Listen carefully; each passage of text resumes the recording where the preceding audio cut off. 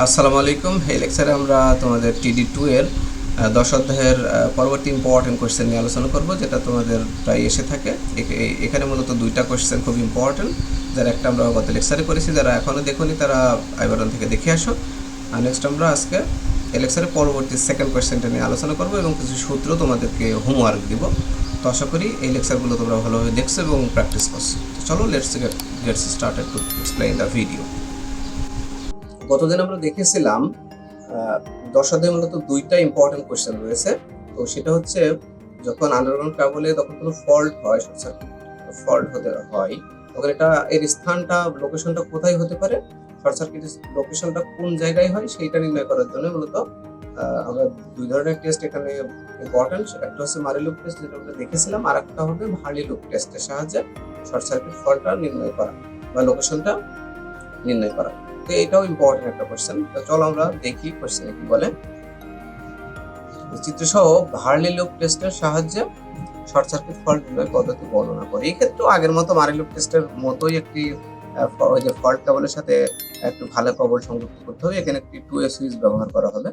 তো সেটা এখানে বলা হচ্ছে যে ভার্লি লুপ টেস্টের সাহায্যে কেবলের শর্ট সার্কিট ফল্ট নির্ণয়ের জন্য ত্রুটিযুক্ত কেবলের সাথে একটি সমদৈর্ঘ্যের ভালো কেবলকে লো লিংক রেজিস্ট্যান্স দ্বারা সংযুক্ত করা হয়। একটি 2A সুইচের মাধ্যমে আর্ম রেশিও এর সংযোগ পরিবর্তন করা হয়। নিম্নে চিত্রসহ ভার্লি লুপ টেস্টের বর্ণনা দেওয়া হলো। খুব ইম্পর্টেন্ট। এখানে একটা ভাইটাল পয়েন্ট হলো, তোমাদের মনে রাখতে হবে যখন সুইচের সংযোগটা একটু বুঝতে হবে। দেখো একটু ভালো মতো খেয়াল করলে বুঝবা।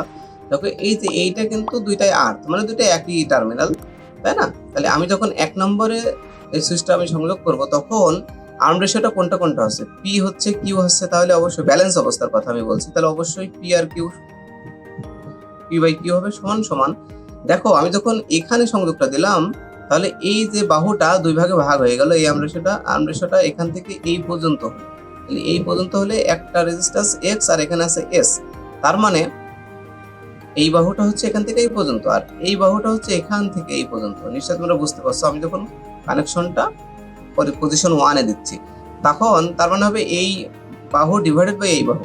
তাহলে উপরে এই বাহুটা হচ্ছে আর, এটা হচ্ছে আর, আর এই বাহুটা কতটুকু বলো তো বন্ধুরা? হ্যাঁ, এক্স আর s, that's mean x plus s. S বলতে আমরা ওটাকে S1 ধরবো, বিকজ এটা এস 1 নম্বর পজিশনে দেওয়া হয়েছে তাই। তাহলে ব্যালেন্স অবস্থায় এই একটা কন্ডিশন আমাদের মনে রাখতে হবে।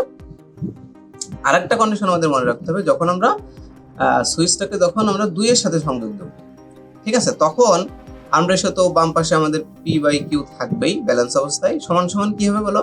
তাহলে এখানে যখন সংযোগ দিচ্ছি, তাহলে এই বাহুটা দেখো এইটুকু হচ্ছে একটা বাহু, আর এখান থেকে টোটালটা কিন্তু একটা বাহু। তাহলে এই টোটালটা হচ্ছে আর প্লাস এক্স। উপরে যাবে তাহলে কি হবে? উপরে যাবে আর প্লাস এক্স, আর নিচে হবে এস। এস বলতে আমরা দেবো হচ্ছে S2। তো আশা করি তোমরা বুঝতে পারছো, পয়েন্টটা ধরতে পারছো। যখন আমরা 1 নম্বরে দেব, তখন এই বাহুটা এতটুকু হবে এক্স প্লাস S1। আবার যখন এখানে দেব সংযোগটা, তখন এই বাহুটা কিন্তু শুধুমাত্র এতটুকু হবে, মানে এস হবে। তাহলে আমরা একটু দেখে নিই, চলো। এই পদ্ধতিতে শর্ট সার্কিট ফল্ট নির্ণয়ের জন্য একটি ratio arm, galvanometer, 2A switch প্রভৃতি ব্যবহৃত হয়। এখানে এক্স হচ্ছে ফল্ট বিন্দু পর্যন্ত রেজিস্ট্যান্স, যেটা আমরা দেখেছি চিত্রে, আর এলএক্স হচ্ছে ফল্ট বিন্দু পর্যন্ত দূরত্ব, যেটা মান আমাদের বের করতে হবে, আর এল হচ্ছে কেবলের দৈর্ঘ্য। দুইটা কেবলের দৈর্ঘ্য হচ্ছে এল, ঠিক আছে? দুইটা, যেহেতু একটা ফল্টি কেবল আর একটা হচ্ছে সাউন্ড বা ভালো কেবল, তাই না? তো এই ক্ষেত্রে আমাদের গ্যালভানোমিটার, যখন আমি আগেই বর্ণনা করেছি, গ্যালভানোমিটারটিকে ব্যালেন্স করে 2A সুইচকে যখন 1 নম্বর পজিশনে রাখা হয় বা টার্মিনালে রাখা হয়, এই অবস্থায় ধরি পরিবর্তনশীল রেজিস্ট্যান্স S1, ঠিক আছে? মনে আছে কিনা তোমাদের? অবশ্যই মনে আছে। তাহলে এই অবস্থায় কি হবে আর একটু দেখে নিও, যে P by Q equals to R বা divided by x plus S1 হবে, যেটা আমি বললাম 1 নম্বর পজিশনে দিলে কিন্তু এইটাই হয়। তাহলে এখন আমাদের এখানে কি করতে হবে? জাস্ট একবার শুধু যোজন করতে হবে। তাহলে সেটা কি করতে হবে? যোজন করতে গেলে কি করতে হয়? নিচেরটা উপরেরটার সাথে যোগ হয়।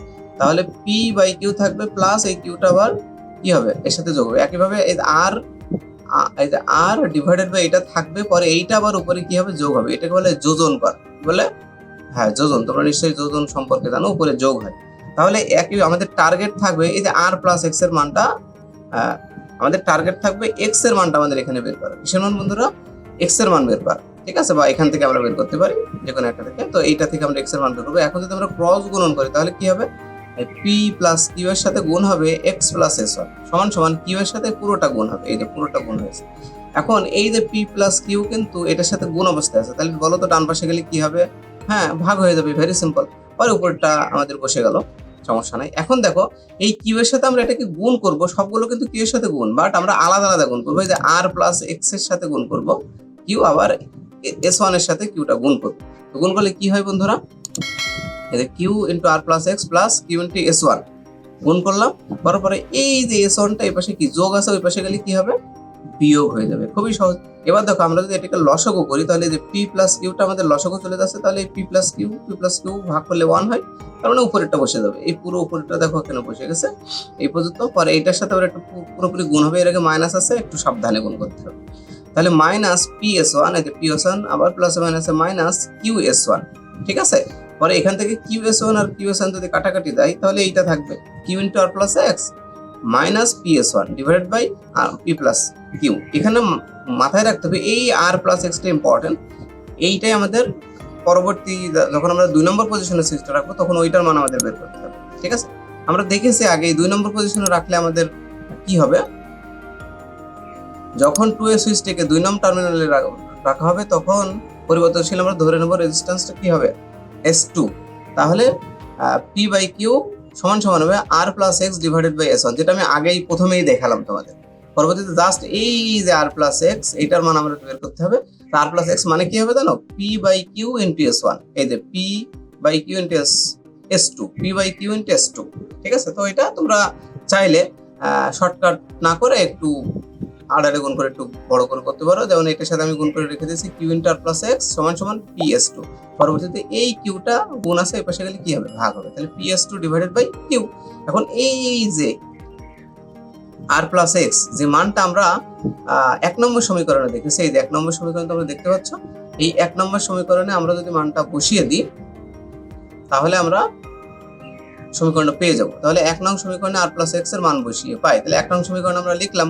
লেখার পরে এখন x equals to will be, কিউটা রাখলাম, দেখো আর প্লাস এক্স এর মানটা আসলে কি সেটা আমরা এখানে বসিয়ে দেবো, ps2 ডিভাইডেড বাই কিউ, খুবই সহজ, মাইনাস এই যে ps1 থাকবে। এখন এই যে কিউ কিউ সুন্দর করে ক্যান্সেল আউট হয়ে যাচ্ছে দুই বাবাজি, তারপরে থাকে কি ps2 মাইনাস ps1। এখানে দেখো পিটা কমন যদি আমরা নিয়ে নিই তাহলে হয়ে যাবে sp into s2 minus s1 divided by p plus Q.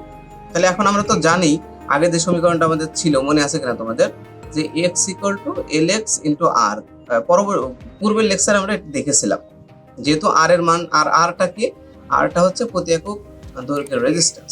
কেবলের প্রতি একক দৈর্ঘ্যের রেজিস্ট্যান্স r হলে ফল্ট বিন্দু পর্যন্ত রেজিস্ট্যান্স x মানে কি ওই দূরত্ব ইনটু r, তাহলে x পর্যন্ত দূরত্ব কি lx ইনটু r। পরবর্তীতে আমরা জাস্ট মানগুলো বসিয়ে দেবো। x এর মান কি, এই যে পুরোটা বসিয়ে দিলাম, এই যে x এর মানটা বসিয়ে দিলাম সমান সমান lx r। এই lx এর মানটাই আমাদের কি করতে হবে, বের করতে হবে।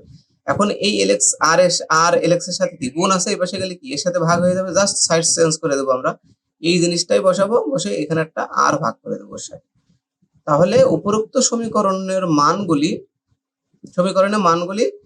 বসিয়ে দিলে সহজে ফল্ট বিন্দুর অবস্থান নির্ণয় করা যাবে। তাহলে এইটাই হচ্ছে আমাদের ফল্ট বিন্দু পর্যন্ত দূরত্ব ভার্লি লুপ টেস্টের মাধ্যমে। আশা করি তোমরা বুঝতে পেরেছো। তোমরা এই দুইটা কোশ্চেন খুবই ভালোভাবে প্র্যাকটিস করবা, একটা ইনশাআল্লাহ তোমরা পেয়ে যাবা। তোমরা হোমওয়ার্ক হিসেবে তোমরা এই সূত্রগুলো একটু বাসা থেকে দেখে আসবে, এটা হচ্ছে তোমাদের হোমওয়ার্ক থাকবে, ঠিক আছে। এই সূত্রগুলো স্ক্রিনশট দিয়ে না, আশা করি তোমরা বুঝবা, বিকজ এখানে আমি প্রত্যেকটা সূত্রের কিন্তু বর্ণনা দিয়ে দিয়েছি, কোন পদ্ধতির জন্য কোন সূত্র, যেটা তোমরা দেখলেই বুঝতে পারবা, ঠিক আছে। তো এই সূত্রগুলো মুখস্থ রাখলে কি হবে, তোমাদের জন্য খুবই সহজ হবে অঙ্কটা করা। তারপরেও অঙ্কটা খুব বেশি ইম্পর্টেন্ট না এই চ্যাপ্টারে, না হলেও আমি তোমাদেরকে দেখিয়ে দেবো। দেখো অঙ্ক বেশি ইম্পর্টেন্ট না, কিন্তু সূত্র কিন্তু অনেক বেশি, ঠিক আছে। তো আশা করি তোমরা বুঝতে পেরেছো, আর আমার এই ইয়াগুলো তোমাদেরকে উপকৃত করছে ইনশাআল্লাহ। আজকে এই পর্যন্তই, ভালো থাকো, সুস্থ থাকো, keep learning, keep growing your career. আল্লাহ হাফেজ, আসসালামু আলাইকুম ওয়া রাহমাতুল্লাহি ওয়া বারাকাতুহু।